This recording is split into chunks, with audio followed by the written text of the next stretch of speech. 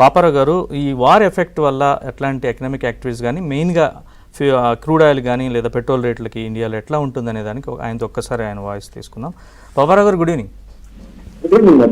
పాపారావు గారు, ఈ యుద్ధంతో చమురు సంక్షోభం తలెత్తుతుందా లేదా పెట్రోల్ రేట్స్ ఏమైనా పెరిగే అవకాశాలు ఉన్నాయా?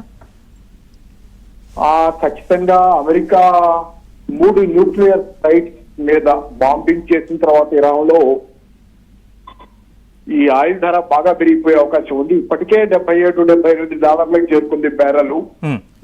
అలాగే ఏంటంటే ఇప్పుడు ఈ అమెరికా దాడి తర్వాత ఇరాన్ రియాక్షన్ ఏ రూపాల్లో ఉంటదనే దానిలో ముఖ్యంగా హోర్ముజ్ జలసంధి అనేది ఉంది. అక్కడ హోర్ముజ్ జలసంధి అనేది 33 కిలోమీటర్ల సన్నటి జలసంధి. కానీ అంతర్జాతీయంగా రవాణా అయ్యే చమురులో 20-25% ఆ మార్గంలోనే వెళ్తుంది.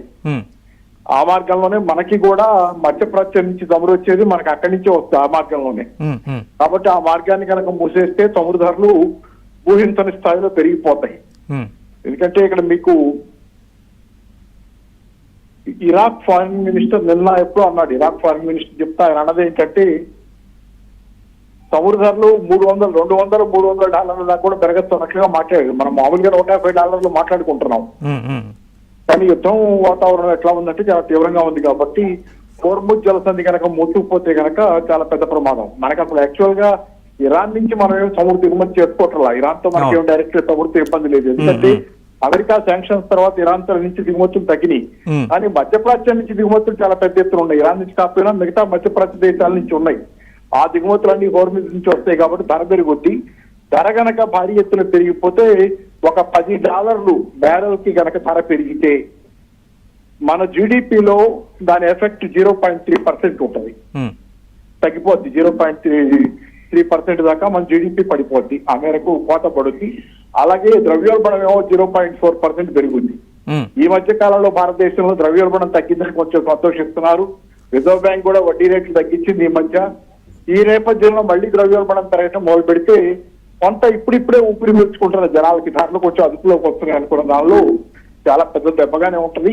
దాంతో పాటు ఇంక ఇతరత్ర చాలా అంశాలు దీనిలో ఇన్వాల్వ్ అయి ఉన్నాయి. మధ్యప్రాచ్యంలో మనకి ఇజ్రాయెల్ తో బాగా దగ్గర సంబంధాలు ఏర్పడ్డాయి కదా 10 ఏళ్ల కాలంలో ముఖ్యంగా. అయితే చారిత్రకంగా ఇరాన్ తో మనకి దగ్గర సంబంధాలు ఉన్నాయి.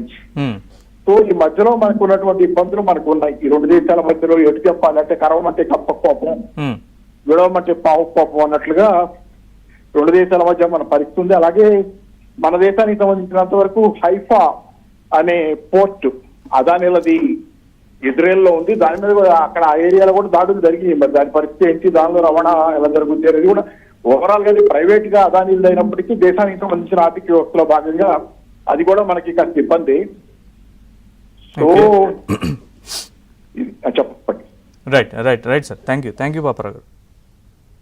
రైట్ బాబు గారు, ఫైనల్గా కంక్లూడింగ్గా ఒకే ఒక్క అంశం చెప్తారా? ఇప్పుడు ఇరాన్ ముందున్న ఆప్షన్స్ ఏంటి? చాలా బ్రీఫ్గా చెప్పాలి, మనకి టైం లేదు ఎక్కువ.